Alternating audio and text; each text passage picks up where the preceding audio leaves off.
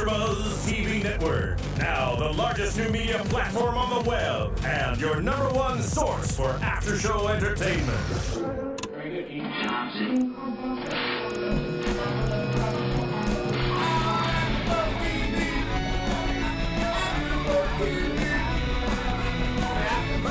The AfterBuzz Studios in Los Angeles, California, presented by Maria Menounos and Bing.com, and streaming live thanks to Akamai Technologies. This is AFTERBUZZ TV's The Americans After Show. We'll break down tonight's episode and give you all the latest news and gossip. And now, another post-game wrap-up show for your favorite TV show. It's AFTERBUZZ TV's The Americans After Show. It feels very Russian in here. It does. It's very tense. We're Russian. Yes, I'm just waiting for the theme song to pick up. It doesn't really. Bing is for doing. And we are here doing another episode of The Americans at AfterBuzz TV for you guys. This is Safe House, Episode 9, Season 1. I am your host, Lauren Leonelli. Hi, I'm Jenifer Golden. And I'm Joe Braswell. And Joe, our other Joe, number 2, is not here this evening. He's on a secret mission. He's off He's on a secret KGB, or, well, maybe he's on a FBI. We're not telling whose side he's on, but he is not here tonight. He almost blew it. I don't know what side he's on, or maybe I do. So tonight's episode was extremely intense, as per the usual for this show, I thought. Yes, It was. Really good, and they always have, we talk about this every time, they always have like a very, still, dramatic talking scene. This time was at the table. This time it was the dinner table. The episode opened up with it. Amidst all the spy action, we had a lot of that too. We open up with the Philip and Elizabeth, parents of Paige and Henry, admitting that they're separating. Right. I just have to say, I feel like this is why this show is so good, because they don't take forever to get to a point. They bring up like a major plot point in the story, a huge plot point, and it happens right away. And sometimes by the end of the show, they've already resolved it. But this, I'm sure, will be strung along a little bit. But they just mentioned thinking about, the last episode finished with Philip saying, people get divorced, that could happen. Right. And then they open this episode up with that. We weren't expecting. We thought, well, maybe who knows what'll happen to them. But It seems like a bluff. It happened. Versus an actionable item. And I think what's interesting is they always have us question, how can they do this at this point in the show? Where will they go from here? Right. Exactly. And, we obviously parallel to Homeland. It's like very similar in that respect, where you're like, but where are you going to go next? You've already covered How are you going to do? this, and people are dying. So where are you going to go from here? Yeah, we talked about that with Homeland. And Alex Kansas said the only thing he has left as a storyteller is to do things a lot sooner than people expected. Yep. So clearly, Weisberg and these guys in the show follow that same thing, because they're doing things sooner than we expected them. Right. And I like that, because they always, just like we've touched on before with feeling confused, this storyline in particular tonight was really confusing because of all the names they were throwing around and the confusion within the characters who usually know what's going on, and then it gets explained to you later, which we talk about sitting back and trusting the show and letting it explain itself to you. The characters tonight were confused. Sure. Well, there was a big. Well, as far as they should have called it the cluster F episode, instead of the safe house. Yeah, the back half was a gigantic cluster F. So was of humongous proportions. But I want to talk about back to this divorce thing. Yeah, let's go back to that. I'm always Mr. Historical Perspective guy. Yes, you are.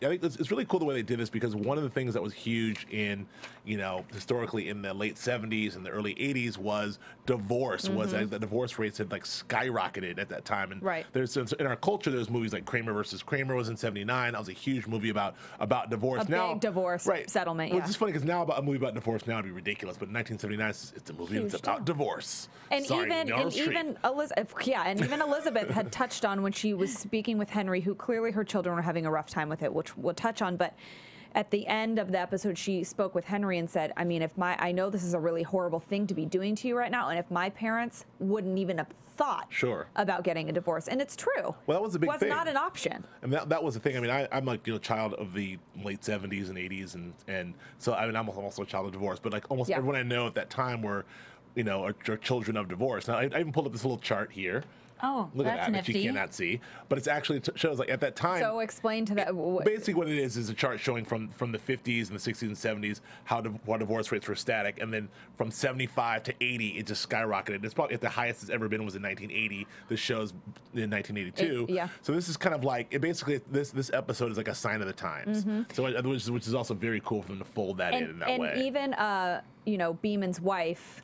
When Elizabeth, told her, we're taking a break, we're separating, she was like, in her mind was probably like, well, if it happens to me, which it very well could, right. She was sort of there for support, but then she also said it's nothing to be ashamed of, and she wasn't like, oh my God, right. she was very like, okay, yeah. It wasn't taboo or anything. Well, she's like a modern woman at that point. Totally. She's like, oh, well, it's happening now. I mean, my parents are divorced. Jen, your parents are divorced as My well. parents are divorced. So well, look my parents were divorced. So it's the 80s, man. 80s got My parents were everybody. divorced in the 80s. Yep. You? Like 3 years ago. Okay, well. Like yesterday, open wound. Thanks. Sorry. It's okay. I'm fine. Way to go, LL. It's for the best. No, It's I for the did know best. that. I did know that. Yeah, and I think that's interesting too, though, because back in the day, people wouldn't get divorced because that's just not what you did, but they would stay together in unhappy marriages or cheat or whatever it was. And then on the flip side, now the divorce rate is so high, people don't even take marriage seriously anymore. Right. I just think that's interesting. Yeah. Well, so like there would never be Kramer versus Kramer as a movie. Would never have that movie won Oscars, and it's Meryl Streep and Dustin Hoffman. It's this big movie that can never even nobody even get made today. Nobody would care. It'd be like, really? It's like take a number. Right. Yeah. We're gonna talk about this. One of the things that was really cool about that scime, which was really heart wrenching, because table having scene. been there, and we've all sort of been there. We've all have in this room have been there, but being there at that age, it's heart wrenching to see that. But the most thing that was really interesting was the reactions from the kids, and I found that the kids were actually more emotionally evolved than the parents in some ways. And some of the quotes were like, they really were telling. Some of the quotes were like, you don't stop loving someone. Are you going to stop loving us? Yeah, then that was directly to them. Like, well, I do love. It's almost like they had a very pragmatic solution. Like, well, we are spies now. We don't need each other. We will separate. That's the end. We used to love each other. Now we don't. And the kids were like, you don't stop loving someone. I thought that really hit home for Elizabeth. Well, I don't think I think they know that's not true. That's the take I got in it. They're like, well, it's not that. The only problem with that situation is, and yes, you're right, but it's not that to a child, it's very black and white. It's like 1 + 1 = 2. But in this situation, lots of people get divorced. It has nothing to do with not loving each other. No, of course. But life it was more like a reflection, though, of what they were already thinking. And of course. And what we were saying, it's kind of strange that for all these years they lived together, not loving each other. Right. Then they fall in love, and now they want to not live together. Let's talk about that. Well, yeah, because I should first say that I'm completely of the belief that they love each other. Totally. They're in love. I get what you mean. That's the issue. So that's But it was, though, I mean, to have a child, I get what you mean. That was a very poignant moment. Because they were like, we're breaking up. Like, well, don't you love each other? Will you stop loving me? And she's like, well, I won't stop loving you, but I can stop loving him. Wait a minute. Shut up, kids. Yeah, right? It's like, stop making good points. Be quiet. Get out of here. But it is interesting how they led this whole. How many years have they been? I mean, we talked like 15. We think like 15. So this is a long time that they've been putting up this front. And as soon as they actually start to fall in love, is where then they decide to go separate ways. And it goes back to, blurring the boundary lines of having this work relationship and having it turn into love. And even Grandma stepped in and said, Claudia even stepped in and said, look. You can't, as soon as you start turning this into something real, that's where problems happen. Yeah. And, this also may be one of those times where they're putting the country first, their country, but there's always things, and we can talk about this in predictions, that come up that then make them question what they're doing for their country. Exactly. So this had to be another step in this whole game they're playing, because otherwise they'd just be spies, they'd win, but they don't. And speaking of their country, and we'll touch on this when we get onto one of our other topics with the FBI and Amador and all of that. Are they, remind me to talk about this, are they going to get in trouble for effing up and killing this dude? I mean, I guess it was kind of a freak accident, but... Well, yeah, no, and I don't it was an accident, and I think that, they did a good job of covering their tracks, and ultimately they got actionable intelligence out of it, so... True. It's all a job. It wasn't like that's true. But I'm just wondering, though, because it kind of spun things off, like now everyone's, a sense of awareness is really heightened, and now everyone's on high alert. I mean, only the two of them know what really happened. I mean, if a report to Granny would go like, I found out from my source that they're they were going to kill one of our own, so I went and I got this guy, and he wouldn't talk, so we stabbed him, and now he told us. You know, and then, okay, fine. But you never know. This is the thing with shows like this. You never know who knows more than someone else. Right. Just like on Homeland, when we talk about this a lot, like, you never know who is, like, watching Brody behind, or I don't know, I'm just saying probably not, but, you know, there could potentially be some other intelligence on the other side watching this happen, or has some sort of knowledge of this. And now, I mean, I guess they're not going to get in trouble. That was just a question that I thought maybe the viewers at home were wondering too, because it did go awry. And I do think, though, that we're starting to see things fall apart, and the things that they usually feel they have control over, like, okay, we have an assignment, we have a mission, we execute mission, we report information, is now turning into, like, on-the-fly missions. And granted, they have protocol and things of how to handle situations, but, like, because of Clark's situation with Martha... we are talking about that sex scene. We are, because they did that more than one time, and now she's in love. Yeah. You know, he's they did that. Right. Yeah. Well, this is the PC version. But because of that, now that's spinning things out of control. So look, his source now becomes a point of contention between him and Amador. Otherwise, that would have never happened. No, it would have never happened. And this is the problem with this show. In every topic we're talking about tonight, we're talking about Philip, Elizabeth, and the divorce. We're talking about Martha, Clark, and Amador, and then we're talking about the FBI assassination attempt and Vladimir and all that. Every single one of these, the reason why all of these situations got messed up is because emotions got involved. Every single one. Right. Their marriage is falling apart because they fell in love. Martha and Clark, she's falling in love. Everything went awry off of that. And then the FBI Amador thing, Stan's emotionally messed up on both ends, trying to save Nina. At the same time, his partner's gone. He's not even thinking straight. He's, like you said, throwing these missions awry, like, oh, let's just go. And I think that's kind of a good encompassing idea of this whole entire show. Well, also, Agent Gaad did call out, and just, I mean, I guess we are skipping around a little bit to talk about the same through line, but Agent Gaad said Amador probably ratted out Nina or something. And he didn't. Right. But he'd say he's human. Humans talk. It's what people do. Yeah. Well, and, I mean, after a certain amount of, it's a physiological reaction to being tortured, people talk. That's what he's saying. But there's no imperfect person, and I guess that's the whole thing, is that none of them are perfect, and they all do things based on emotion. That's what happens. I mean, these people, you're 100% right. I think that it's a good encompassing idea, and we'll get back to the specific topic in a second, but this show, the reason why it's so colorful with all of these fun side facts is because these people have to be somebody else so for real that life gets involved and things go awry. Like, these people are doing their job so well that they start involving and faking these other lives, and then people get emotions, people get involved. Stan and Nina are involved. You know, Martha's in love with Clark. Right. I mean, things start happening. Right. I think for me, the larger takeaway, and I agree with everything you're saying. I think that's all true. The larger takeaway from that is, like, just more of an operational standpoint, is that, like, you know, intelligence is not an exact science. I mean, it's not exact science now with all of our spy and born identity technology and X-ray this and computers and satellites and drones, but it certainly was not an exact science in the 80s, certainly not in the 60s and the 80s, when in the 80s they're still using techniques that you did in the 60s and whatnot. So of course. Now they're excellent at it. I think they're great at, you know, listening to the radio and dead drops and getting information and working sources, but it's not exact science, and that's what you saw today. Exactly. You saw that today when things went awry because people thought, well, is it this? Well, it must be that. It has to be this. There's a lot of, like, we don't have the exact answer. We can only assume what the answer is based on the evidence in front of us, and they were all wrong. And the thing is usually, you're right, usually they're very good at going on an instinct, like, oh, this is our mission, oh shoot, it's starting to veer off this path, this must be what happens, act on it and go. Like, they don't have time to analyze. They have to act on an instinct and go, and normally they're right. Usually, and we talk about that with this show a lot, like, oh man, Philip and Elizabeth just made that snap decision, and thank God. But this time, well, it's a perfect example. Like, it doesn't always go right. It went really wrong on both sides, and I think that, and you're right. I think, you know, the emotions are that's kind of the heart of the show is really these human beings, like, doing their job, which is being spies and being FBI robots agents, and having no emotion, but also like, you know, being real people within them. And I think that you'll see that's part of the heart of the show, is seeing how that affects their jobs one way or another, whether it's Stan or whether it's, you know, Philip and Elizabeth or whoever else. So and I think that you know, to end this, I don't know if there's anything else to talk about with Philip and Elizabeth besides that was an amazing scene at the kitchen table. We always get one this show, and this is a good one. The daughter, I mean, had real tears. Great. Sure, yeah. The great acting by the kids. Both Great the kids. Great acting, great scene, great writing.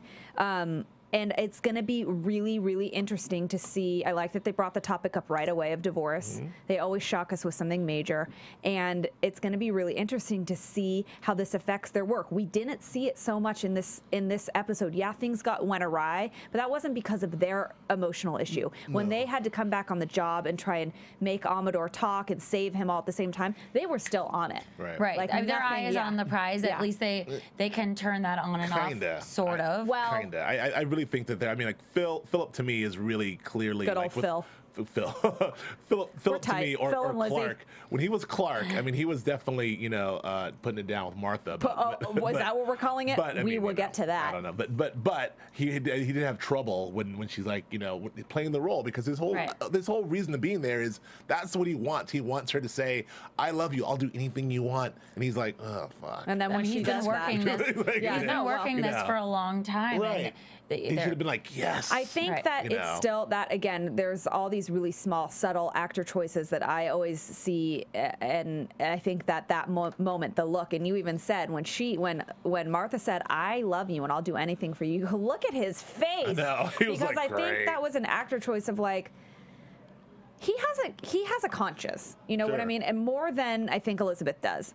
Or I mean, she does, but I think she's willing to brush it off a little bit more than he is. And I think he felt bad, and I think he also feels like, but I love Elizabeth. Like there's a lot stirring under that little eye movement he made. Sure. Absolutely. There was one, before you get off of Philip and Elizabeth, there was one moment in the party which I thought was really cool when they were together, and Elizabeth says like, "Well, we have to mingle. We have to do this." And Phil's like, "I know," like almost like.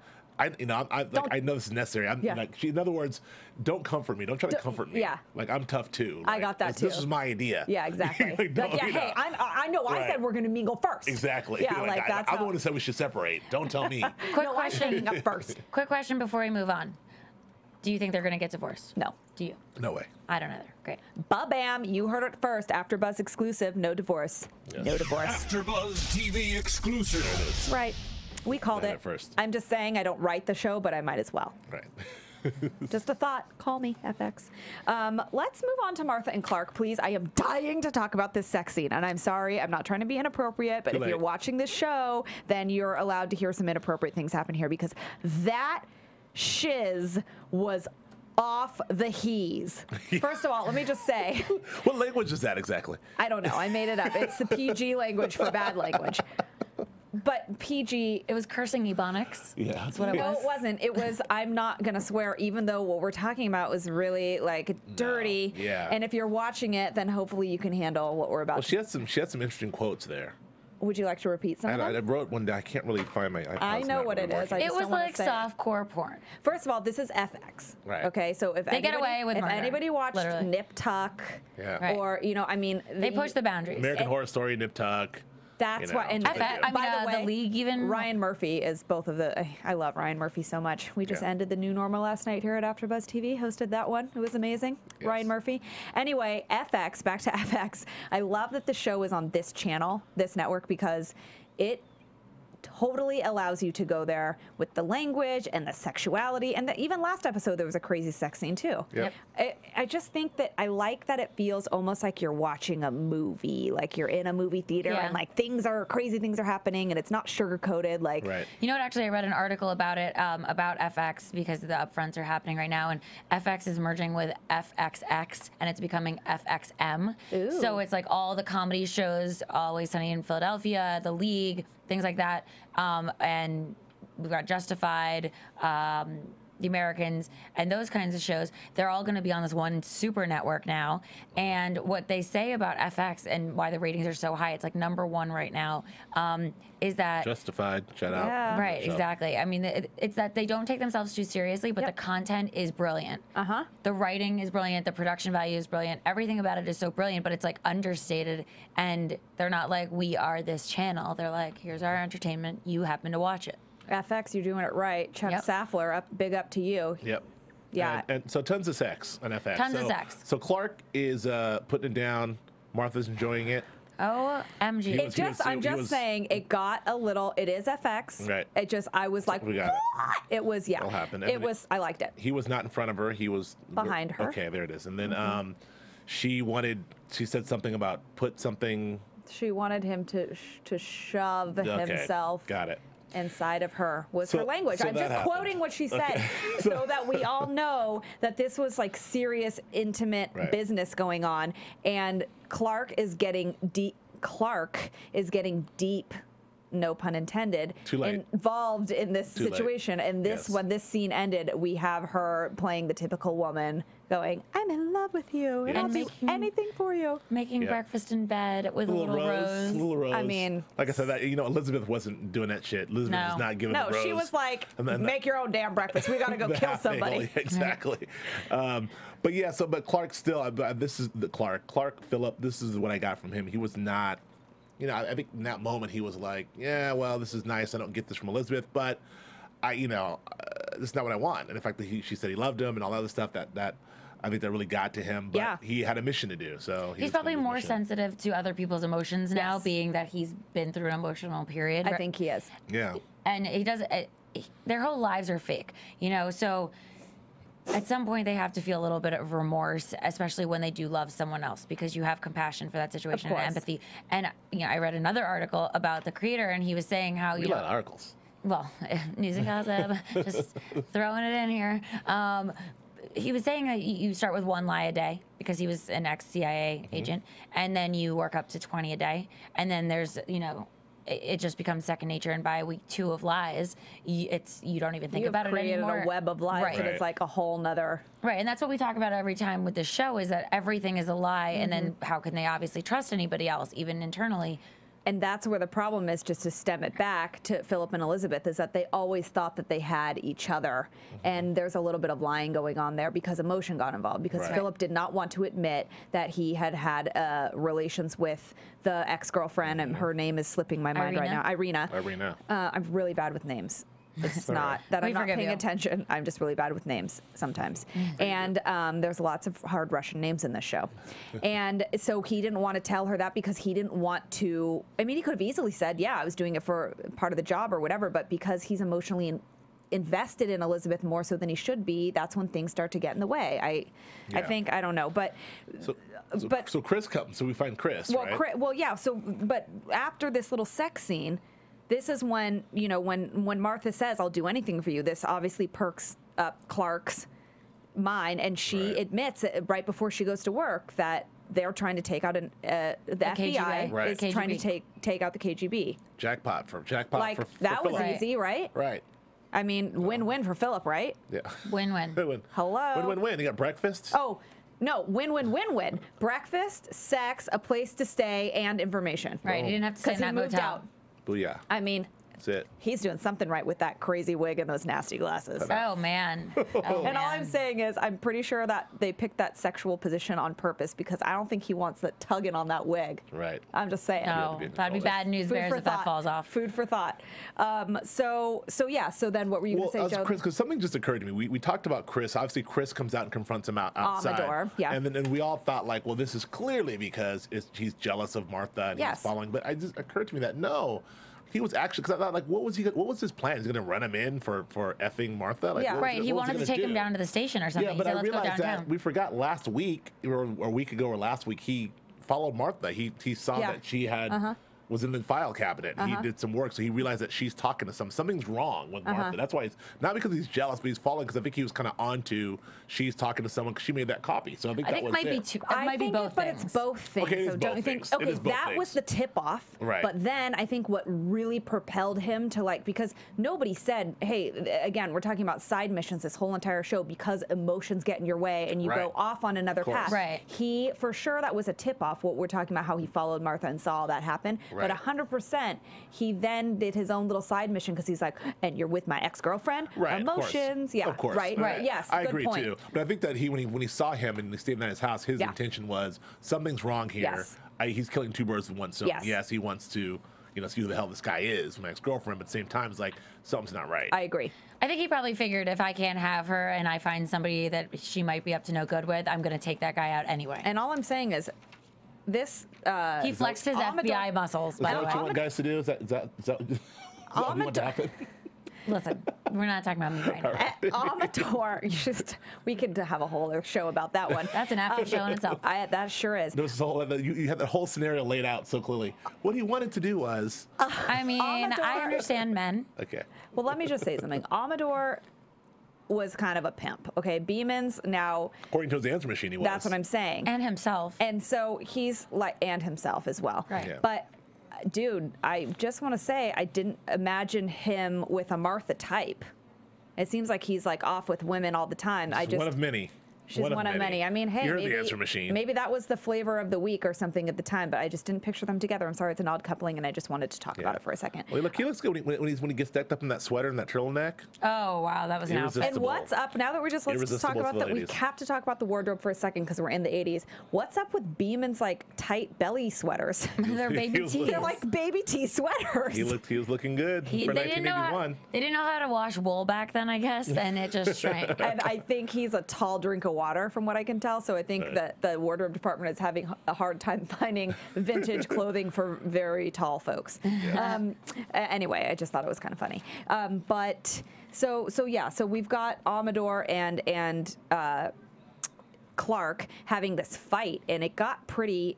Usually we can count on these Russian KGB spies to take people out with, like, I always say, like the 3-point heart maneuver, like, and just kill someone, and they're like, but Philip kind of got his butt beat a little bit. I think that was also part of the act, because he couldn't act like a KGB in the street. You think that's why? Yeah, I mean, I don't think he's off his game. I think that he's pretty badass. I mean, at the end of the day, he won. Like, he did a move and reverse stabbed him. And that's a real move. It's called the reverse stab. I invented it.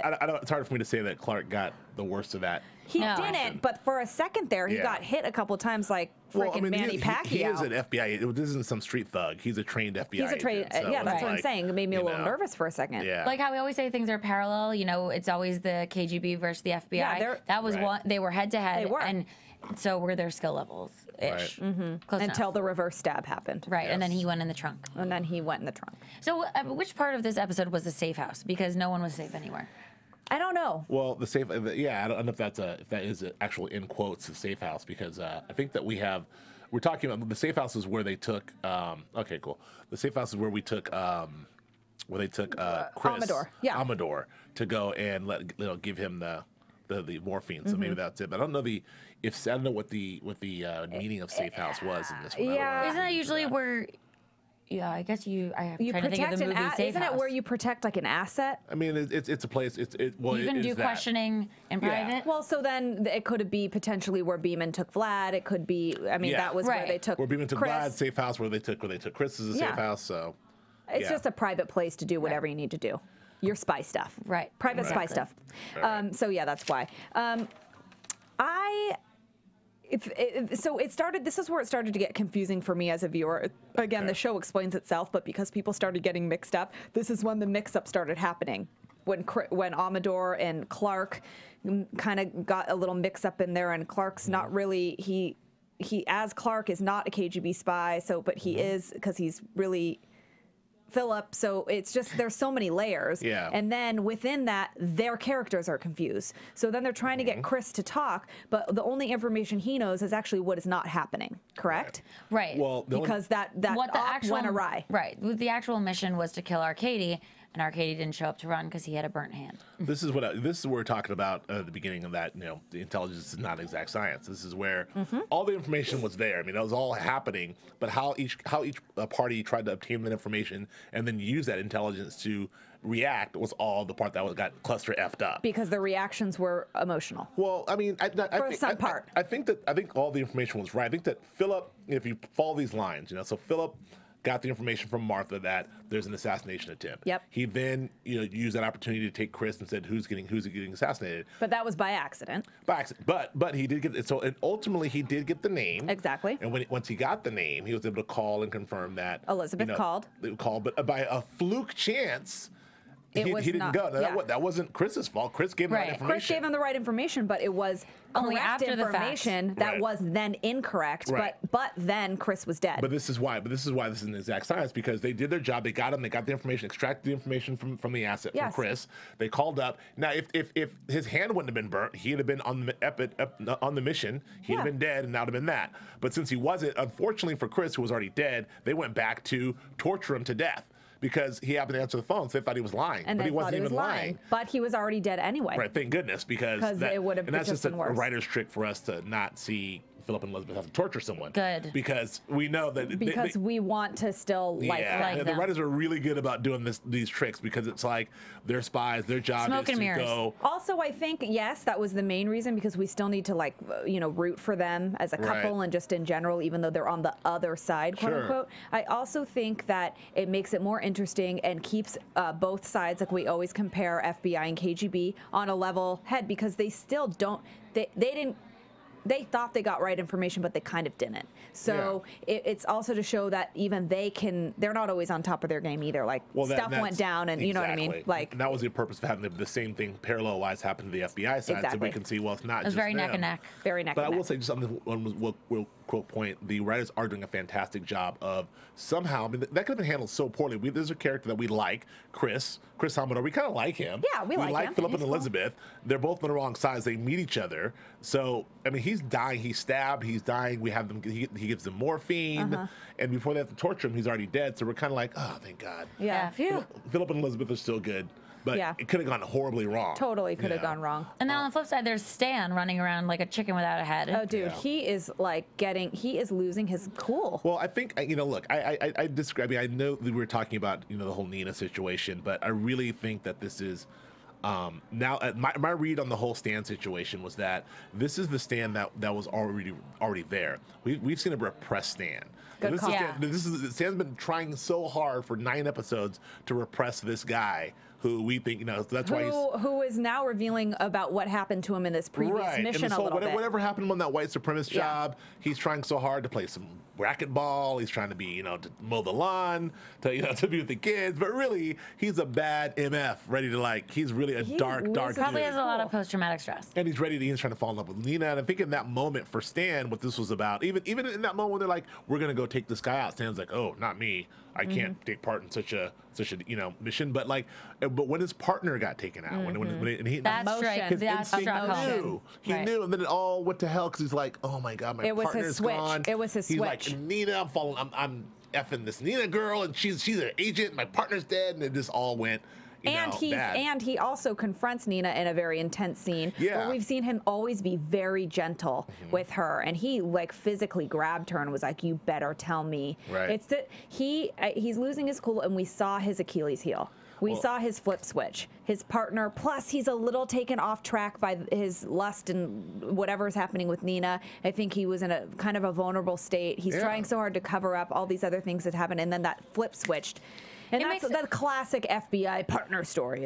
It's Sure. like, Right. But But it that's- does make Yeah. sense, though, why he would assume that it was the KGB who took him, because who else would take him, actually take him? Well, he's smart. This is his FBI instincts. You can't get one over on Stan in that aspect. He's smart enough to and know. he was right. And no one could tell him any different. He He's was like, "No, I right know it." that KGB got him, but not for why he thought. Right. Right. That's the thing, This and is that's where it went awry. Back to the inexact science. Yeah. His instincts were right, but you don't have the intelligence. You don't have He doesn't know information. why. So he's trying to figure it all out. But why is a good point. You know what I mean? Right. Like, why is key.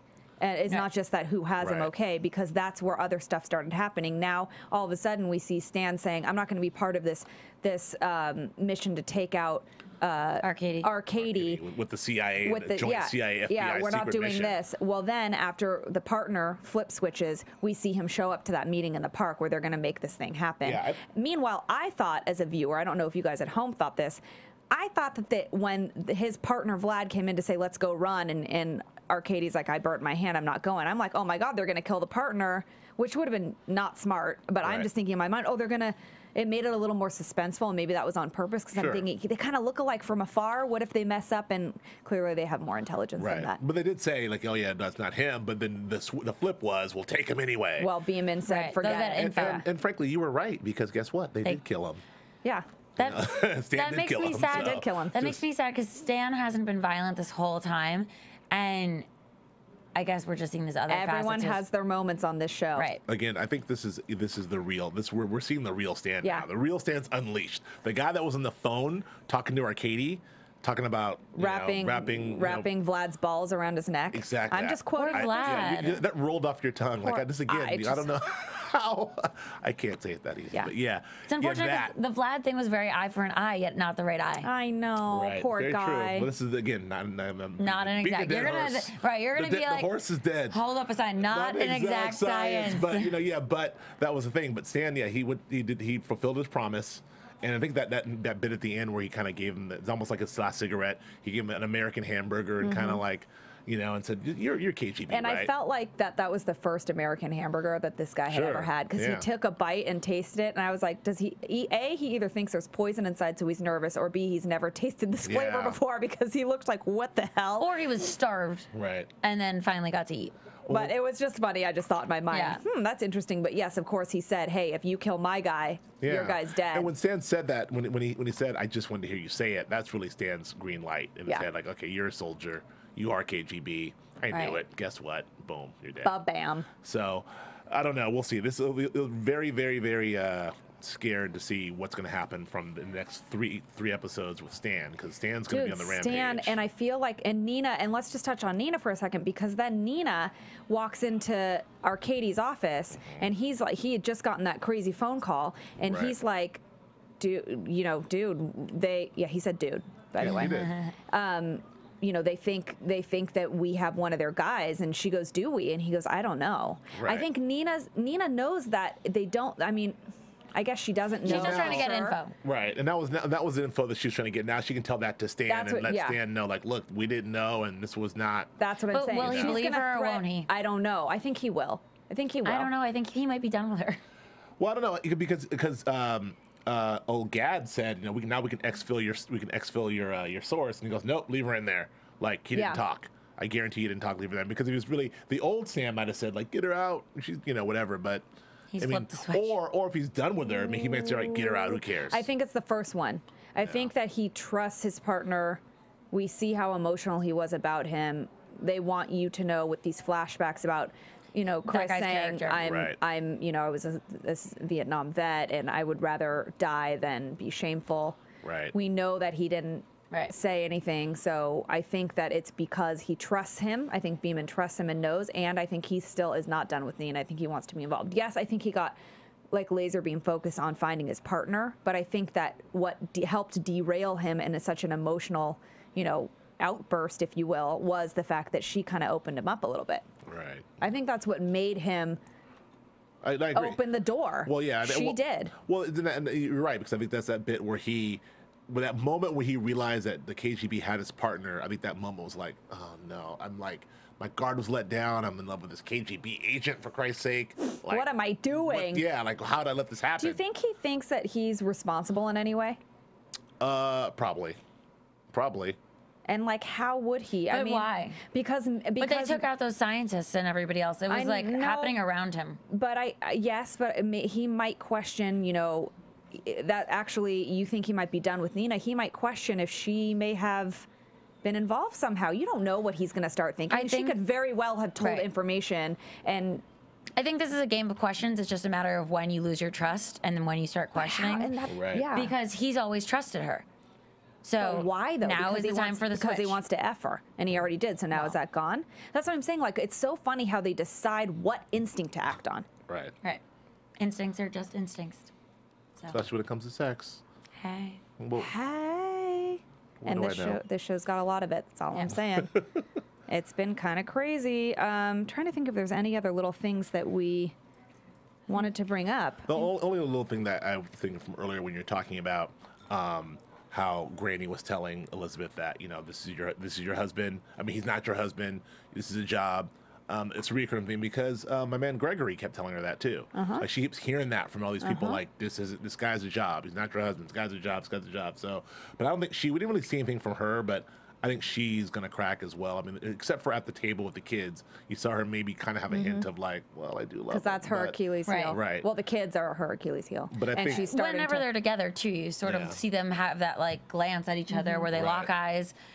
And then they say, "Oh, it has to be this way," and then they go separate ways. And even in the safe house when they were just about to torture poor Chris, there was that moment. There was a little bit of a couple moment there where he's like, "No, I'll do it. It's my fault. Right. I'll do it." Like he felt guilty for the other stuff, so he took it. They did, and that's a good point because they did, like I was saying, they kind of kept it out of the divorce out of it. But in that moment, you can't help but see there. Yeah. Anyway. Yeah. It was a great show. Can't wait for next as usual episode. Should we just do a couple of quick predictions, even though we kind of touched on some? Yes. Yeah. Let's do some predictions, shall we? Yeah. We'll skip the music. Just go into them. Okay, fine. Awesome. Martin, we'll just go. Yeah. Okay. AfterBuzz predictions. Okay. I don't. Okay. Why don't you start, Joe? Because you said you have one, and now I'm trying to organize mine in my brain. Well, I predict that actually I forgot my prediction. Oh. Well, I'll tell you mine again, which was Stan is going to stop trusting Nina. Things are going to get a little cray. She may die because that's just what happens apparently now to all the characters. They're going one by one. And things are just going to get crazier because like what we said, all the drama and the emotion-filled decisions. Yeah.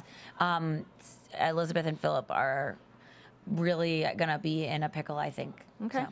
I remember. I think we're going to continue with this, with this inexact science of intelligence. I think we're going to have more misinformation. I think this is the start of a long spiral that we'll point back to episode 9 and be like, this all started because the downward spiral. Chris died. He didn't have to die. So I think this is going to turn a big spiral on both sides, which will affect FBI and KGB. And we'll see how it ends up. We're seeing a heightened version of what the situation is of the Cold War right now. What they're showing us is nobody actually knows what the other side is doing, it's like and they're making assumptions. It's a more concentrated version, and the people within it. I think that that Stan is gonna get even more out. Like we're gonna watch him flip out, and I think that he is going to get violent with Nina. And I'm worried about her in that sense because I think he's gonna blame himself for what happened because she might be the asset that leaked something, or he's going to touch on that. And I think also that Stan's wife is going to try to become more close with Elizabeth because I think she's going to find a common ground. I know Stan and his wife are not divorced, but they might as well be. And I think they're going to start opening up, and it's going to be Elizabeth's way to get a little bit more information about that because I think she's going to be an open door. Yep. Yeah. Yep. All right. Well, thank you so much for tuning in and watching, guys. Great episode this week. We will see you next week with Joe. Will be here next week. And I am Lauren Leonelli. You can find me at Lauren Leonelli on Facebook, Twitter, Instagram, and my website. I'm Joe Braswell. You can find me on Twitter at Joe K. Braswell, on ESPN's Grantland.com, on Extra, and here at The Following and Bates Motel after shows. And I'm Jenifer Golden. You can find me on Twitter and Instagram at Jen the Jew. My website is jennifergolden.com. And you can see me and Lauren with some other girls later on Nashville. That's right. Tune in. Special guest tonight. All right. Thank you so much, guys. See you next week. From Bing.com, executive producers Maria Menounos, Kevin Undergaro, Phil Svitek, and the entire AfterBuzz TV staff, we would like to thank you for listening to the AfterBuzz TV network. To watch or listen to other after shows and post comments or questions, be sure to visit AfterBuzzTV.com. I'm Sir Richard Wentworth, and this has been a presentation of AfterBuzz TV. Buzz you later.